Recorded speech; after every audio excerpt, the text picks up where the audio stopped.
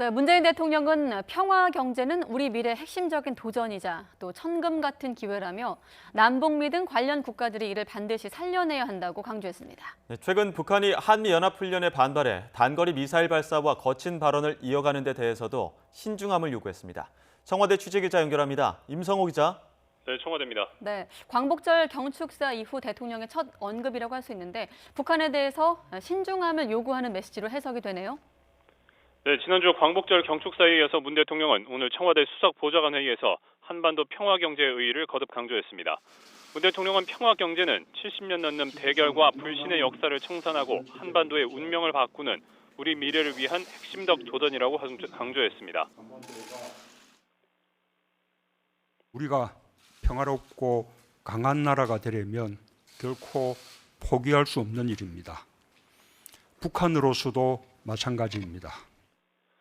문 대통령은 그러면서 남북미 간의 대화가 진행되는 이 상황을 천금같이 여기고 반드시 살려내야 한다고 말했습니다.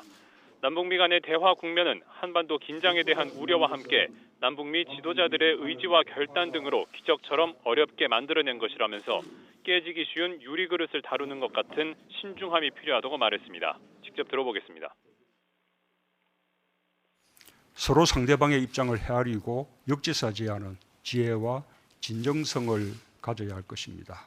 상호 간의 노력까지 함께 해야 대화의 성공을 거둘 수 있을 것입니다. 문 대통령의 이 같은 언급은 최근 북한이 한미연합훈련에 반발해서 연이어 단거리 미사일을 시험하고 거친 발언을 하는 데 대해서 자제를 촉구한 것으로 해석됩니다. 북한은 지난 6월 말 판문점 남북미 정상회동 이후 6차례에 걸쳐서 단거리 발사체를 시험 발사했습니다. 또 지난주 광복절 다음 날 대남기구인 조평통 대변인 담화문을 통해서 남조선 당국이 합동 군사 연습이 끝난 뒤에 대화 국면이 절로 찾아올 것으로 망상하고 있다고 비난했습니다.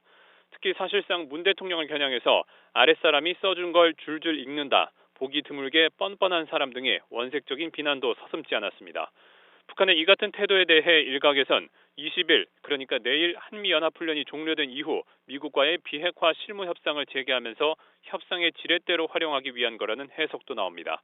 하지만 북한의 미사일 도발과 막말이 자칫 한반도의 군사적 긴장을 고조시킬 우려가 있는 만큼 북미 대화 재개를 앞두고 문 대통령이 오늘 직접 상황 관리에 나선 것으로 해석됩니다. 지금까지 청와대에서 YTN 임성호입니다.